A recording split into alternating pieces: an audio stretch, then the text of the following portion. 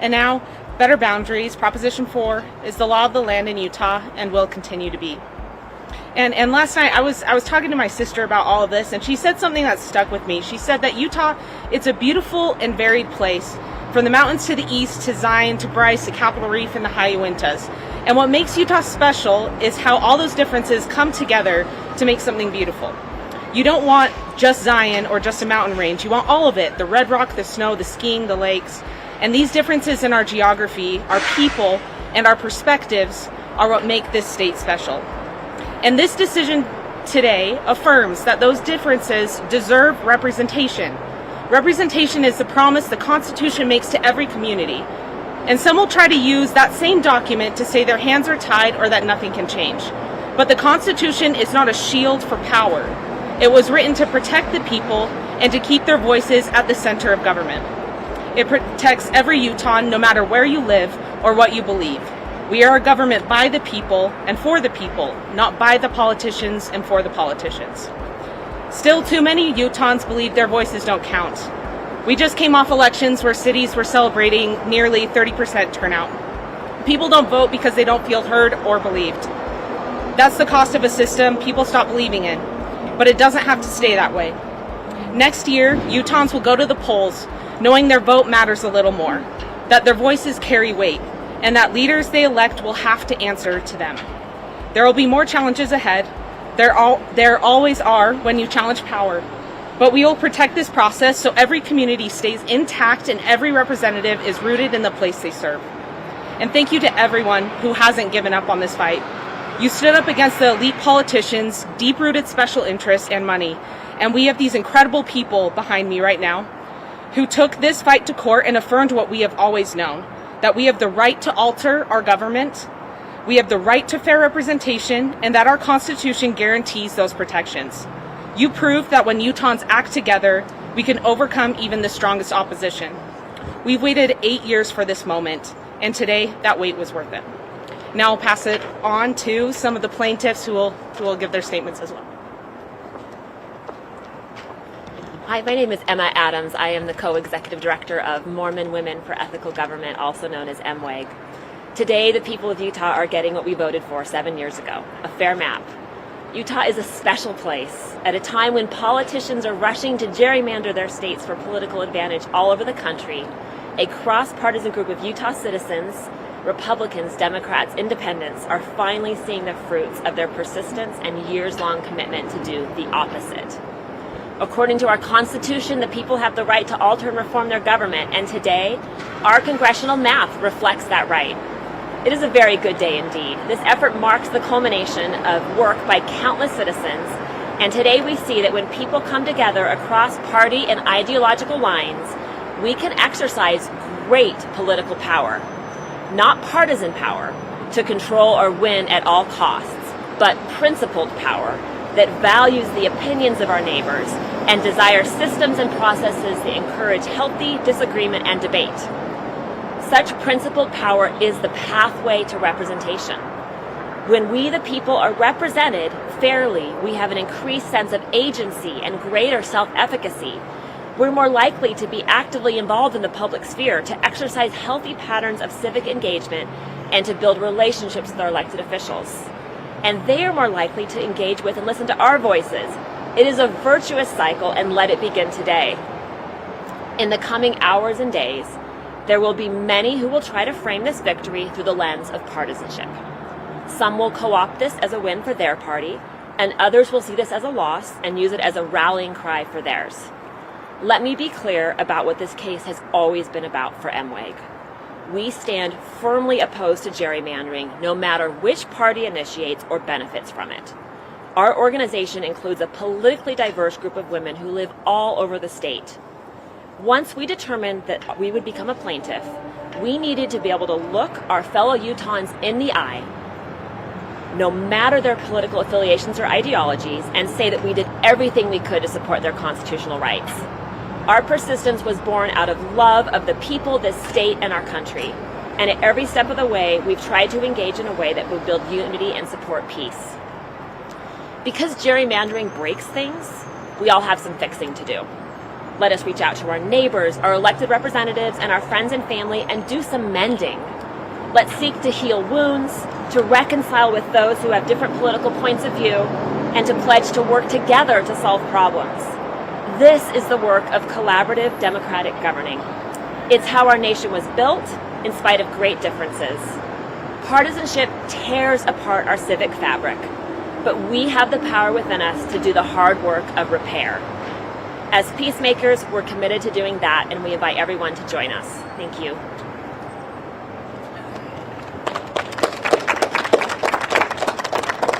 I'm Catherine Bealey. I'm president of the League of Women Voters of Utah, and we have been in an incredible partnership with the Mormon Women for Ethical Government.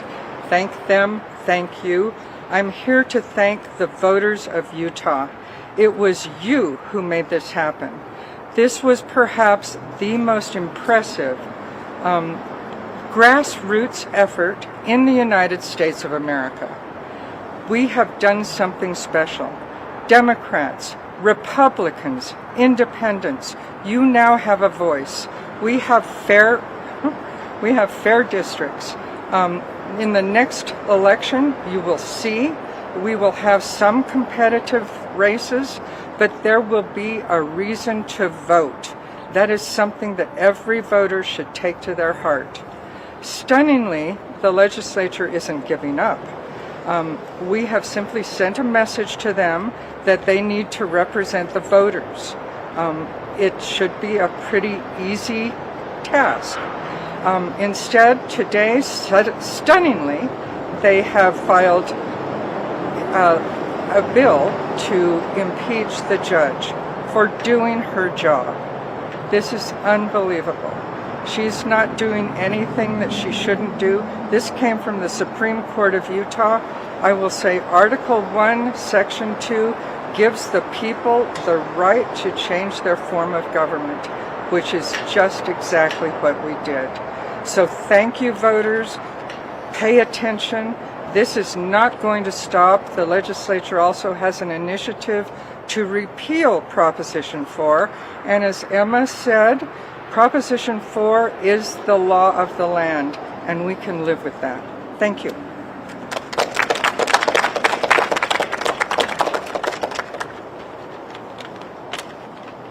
Morning. My name's David Ryman. I'm an attorney with Parr Brown. I'm one of the lawyers on the legal team representing the plaintiffs in this case. As people have mentioned, it's been 7 years since Utah voters, after decades of political games drawing maps, finally said enough and got politics out of redistricting. They spoke with clarity and they spoke with purpose. They didn't want favor, they just wanted fairness. And it's been 7 long years fighting against the legislature's repeated efforts to ignore, undermine, and not follow that law. Many of you I've seen throughout much of that time when we've been prosecuting this fight. And it's been a very long fight. And the gratitude that the people behind me have expressed today is well deserved. But today, finally, is a day to celebrate that the voice of the people has finally been heard and vindicated, that Utahns are tired of partisan political games and manipulated contests and elections, and that the legislature, most crucially, must comply with the Constitution, and they can't ignore it just to try to keep themselves in power. One of the geniuses of our constitutional system of government has always been that the branches are independent, that they serve as checks on each other, that no branch, no matter how much they may want to, can act as a king. So today, in addition to the victory for the voters of Utah, we also celebrate that when the legislature violates the people's rights, when it seeks to ignore the Constitution just to maintain power, Utah's courts will stand as a protector of the people in our democracy. And that is something that all of us can celebrate regardless of our political stripes. Thank you very much.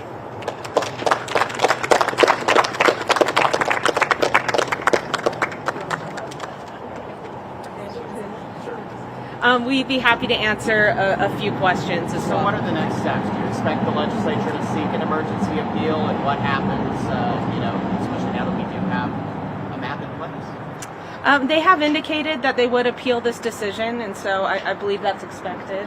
But anyone else could have? Well, we have a lawyer here. Yeah, we have a lawyer. We don't know the precise answer to your question about whether they're going to seek a stay. No one has said anything about that. We've always known in the end they have disagreed with even the premise of Proposition 4, and so we expect that they will appeal that. The question that nobody knows this morning is whether that they are going to try to prevent the map that the judge ordered to be put in place and that the lieutenant governor said would be put in place and that needed to be put in place by yesterday, whether they will seek to disrupt that process and ask the court to put a different map in place. What Can they happens do if that? that happens? Because we can't use 2021's map, nor can we use 2011's map, so which map do we use? That's why we think the argument isn't valid. And the whole reason the court was put in this position to try and put a new map in place is because the legislature failed to do its job and enact a legally compliant map. Courts don't do this by default. They do it when the legislature doesn't do its job. And that is the reason that the court was put in the position that it was put in. And as you rightly point out, the 2011 map is malapportioned, the 2021 map is unconstitutional, and the map that the legislature, when they were given yet another chance to put a compliant map in place, also violates the law. And so that's why we don't think any request for a stay would be valid. The complaint, though, is that the plaintiff's map 1 is a gerrymander in favor of Democrats. What do you want to see? We think that's wrong. We think that we had 2 days of extensive evidence that disproved that. As far as the threats to impeach Judge Gibson and, even chatter of maybe potentially going up with the lieutenant governor if she adheres to the court order, any more you can say about that? And also, does that ever happen in other states where the legislature threatens to impeach a judge or has impeached a judge over redistricting ruling? I can't speak this morning to other states, and I do want to emphasize that today is a day we should all be celebrating the vindication of the voters of Utah and the courage that courts show in the face of enormous political pressure. I think that the threats that we have seen about impeachment so far are irresponsible and unfortunate, and I hope that they are merely the initial throes of disappointment of the legislature being disappointed that they've lost, and not something that they would actually pursue as a form of political reprisal, because that would be damaging to our democracy. Republican lawmakers continually say the judge is violating the Constitution. What do you say to that? Well, they've just been proven repeatedly wrong about that. I mean, the court's role is to interpret the Constitution and decide whether what the legislature has done complies with it. And just because they disagree with what she has ruled does not mean that she is violating the Constitution. Well, it's not just her ruling, too. It's the Utah Supreme Court's going to interpret. That's right. So do you expect, in terms of the process here, do you expect another return trip to the Supreme Court on this, or is there still the merits to be decided, or any other merits to be settled? It's a bit of a technical question. I guess I'll just answer it this way. Everything is not final, but there are a few, I would say, final things that we need to bring to a resolution. But the fundamental part of the case, which was putting a map in place that complies with the Constitution and complies with the law that voters enacted, that has been done. And if there will eventually be an appeal of many different rulings that have been entered in the case, and like I said, we don't know whether the legislature will try and disrupt the process that the lieutenant governor has now put in place for the election. We hope that they don't. They are entitled to have their arguments heard on the merits by the Utah Supreme Court in due time, and they'll get that opportunity. But as far as what has happened in the district court, most of its work at this point is done. Could someone address should it still in play for Republicans? Spent 7 years on this. Could it all be undone?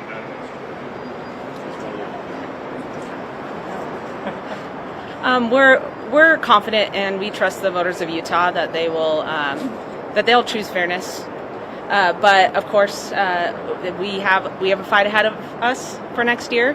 But right now, today at least, we're just celebrating this win, and more to come on that. If it's not repealed next year, is there an opportunity to challenge the state house with some school board maps that are also now in violation? Let me make sure I heard the question. Is the question, is there a chance to challenge other maps that are currently in place? Yeah, that's not part of our case. I can just say generally that because Proposition 4 is the law of the land, and Proposition 4 allows for challenges to not just the congressional maps, but all maps, if I were guessing, I would say yes, but not part of the case. Why wasn't it part of your case? Because if the argument is, well, Prop 4, the overturning of Prop 4 is the problem, then Prop 4 was overturned for all the maps. Yeah, I can say it was part of our case to the extent that we wanted Prop 4 reinstated. As to whether the case should have involved challenges to different maps, I can't speak to that this morning. Elizabeth, I wanted to ask, what does groups like Better Boundaries, you ran your organization for the past, ran the campaign for Prop 4. So what do you do in the next year now that, you do have a map, so you got what you wanted. But what do you do now that you also have a potential another citizen initiative to undo Prop 4? We'll do what we have always done. We'll talk to the people of Utah. We'll let them know what's going to be on their ballot. And our whole goal is to make sure that Utahns' voices are heard. And if we can get better turnout next year and people feel like they're being trusted and listened to, that's a huge win for us. So are you actively campaigning against the signatures, or are you kind of letting the signature gathering play out and see what happens on the ballot? Our role will be to educate people on what they're signing, but for now we're still, our role is to educate people on what they're signing right now, and we'll continue to follow it as it progresses. Well, as far as the league and MWEG are concerned, we are asking people to decline to sign. We don't want another initiative here. Isn't that kind of ironic that they are running an initiative to overturn an initiative? The people have spoken. We are going to continue no matter what. We are volunteer organizations. We don't have taxpayer money to run this kind of campaign, but they do.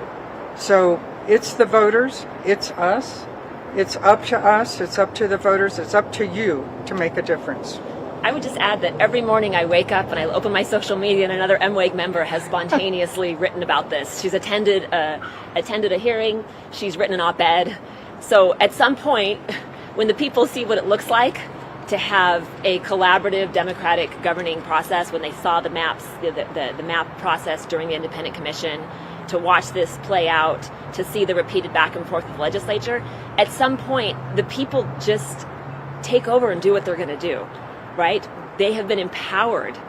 People in Utah have been awakened to what it feels like to engage in a nonpartisan, cross-partisan way. And that is so powerful. And once you feel that, you want to keep it going. And so I am so proud of all the citizens.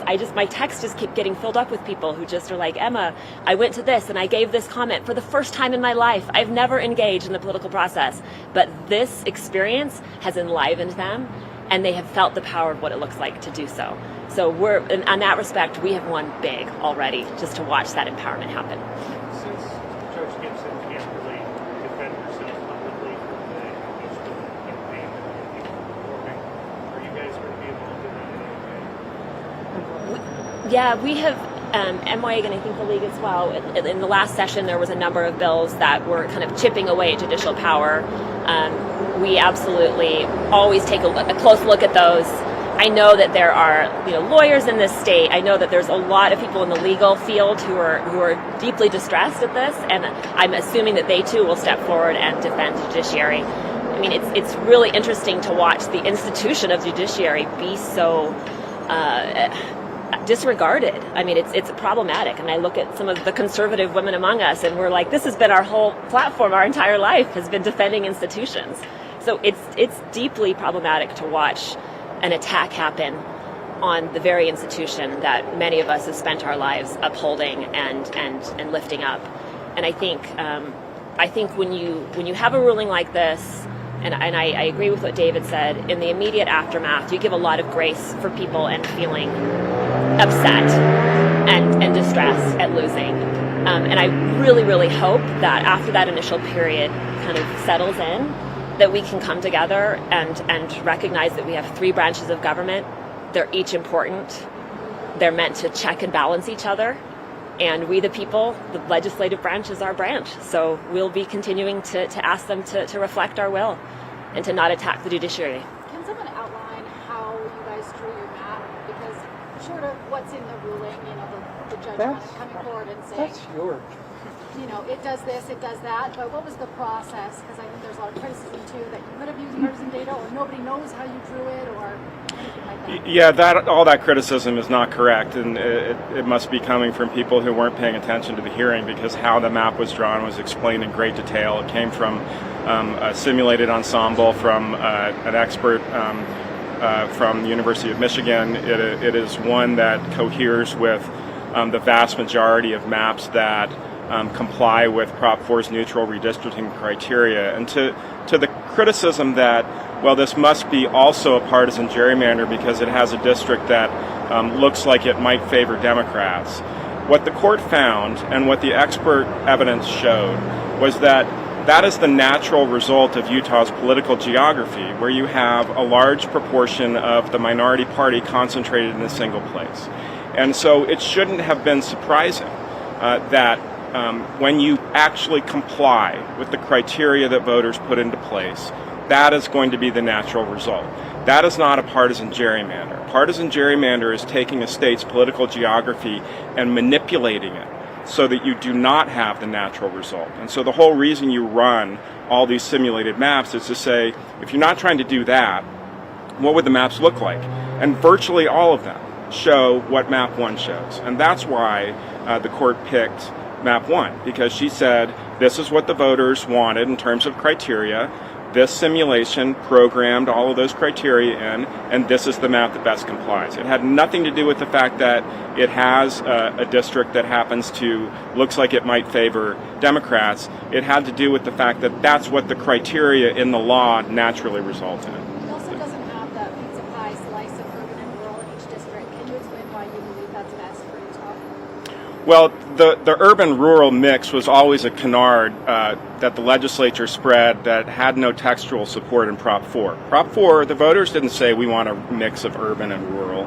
That was always just a justification to crack Salt Lake County.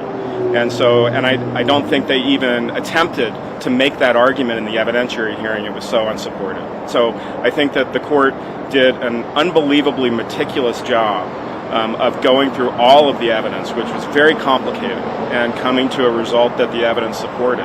And I just want to take just a moment while I'm up here to answer Robert's question about the fact that Judge Gibson can't defend herself, and that is unfortunate. And I am just speaking for myself as a lawyer right now, not as a lawyer representing the plaintiffs in this case.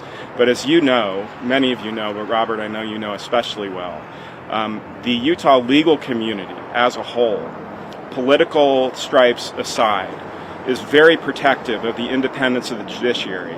And if there is really an effort to retaliate against Judge Gibson, I think that the legal community as a whole will stand up and defend her full-throatedly, and they should. She is an unbelievably respected judge in the community. She has done a fantastic job in this case, whether you agree with her decision or not. She has done the role that the Constitution committed to her, and to suggest that she should be removed from office just because you don't like politically the result that she has reached, I think is highly irresponsible. So that is just me speaking. That is not me speaking on behalf of the plaintiffs, but I think that the legal community cares about judicial independence, and they will be the ones to step up and defend Judge Gibson. Last question.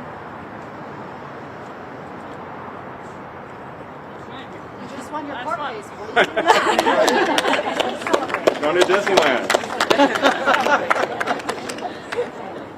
We should give her a trip to Disneyland. That might be torture. I'm not a Disney person. Can we do some pictures on the steps? Yeah. Okay. Yeah, let's do some pictures of all of us. That's okay. Let's see. Can I get my Oh, yeah. Gabby, could you take some pictures of this? Oh, fuck them.